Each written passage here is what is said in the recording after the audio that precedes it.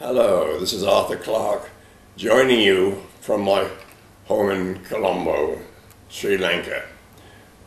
I'm delighted to be part of this event to mark Cassini's flyby of Iapetus. I send my greetings to all my friends known and unknown who are gathered for this important occasion. I only wish I could be with you, but I'm now completely wheelchaired by polio and have no plans to leave Sri Lanka again. Thanks to the World Wide Web, I've been following the progress of Cassini-Huygens from the time it was launched several years ago. As you know, I have more than a passing interest in Saturn. And I was really spooked in early 2005 when the Huygens probe returned sound recordings from the surface of Titan. This is exactly what I described in my 1975 novel Imperial Earth, where my character is listening to the winds blowing over the desert plains. Perhaps that was a foretaste of things to come. On September 10, if everything goes according to plan, Cassini would give us our closest look at Iapetus, one of Saturn's most interesting moons.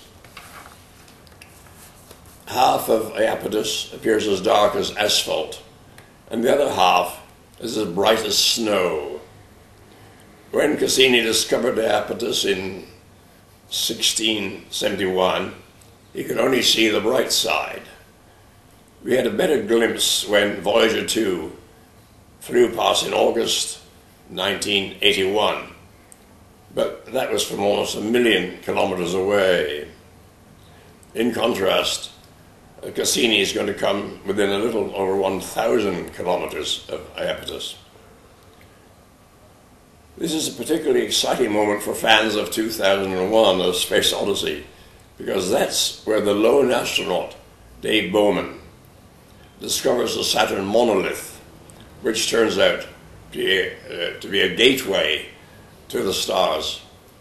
Chapter 35 in the novel is titled The Eye of Iapetus, and it contains this passage. Iapetus was approaching so slowly that it scarcely seemed to move, and it was impossible to tell the exact moment when it made the subtle change from an astronomical body to a landscape only 50 miles below.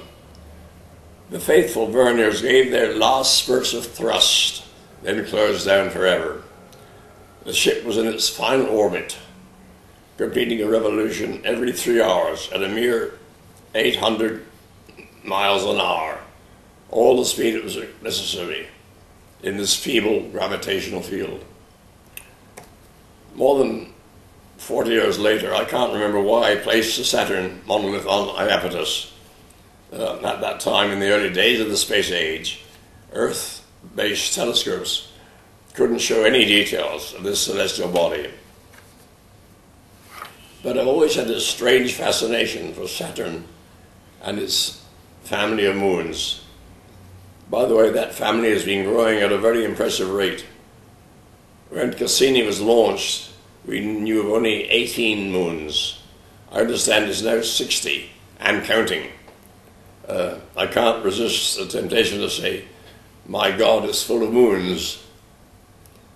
But in the movie, Stanley Kubrick decided to place all actions on Jupiter, not Saturn. Why this change? Well, for one thing, it made a more straightforward storyline. And more important, the special effects department couldn't produce a Saturn that Stanley found convincing. That was just as well, because if they had done so, the movie would have been badly dated by the Voyager missions, which showed Saturn's rings to be far more implausible than anyone had ever imagined. I've seen enough instances where nature imitates art, so I'm going to keep my fingers crossed with what Cassini discovers at Iapetus. I want to thank everyone associated with this mission and the overall project, It may lack the glamour of manned spaceflight, but science projects are tremendously important for our understanding of the solar system. And who knows, one day our survival on Earth may depend on what we discover out there. This is Arthur Clarke wishing you a successful flyby.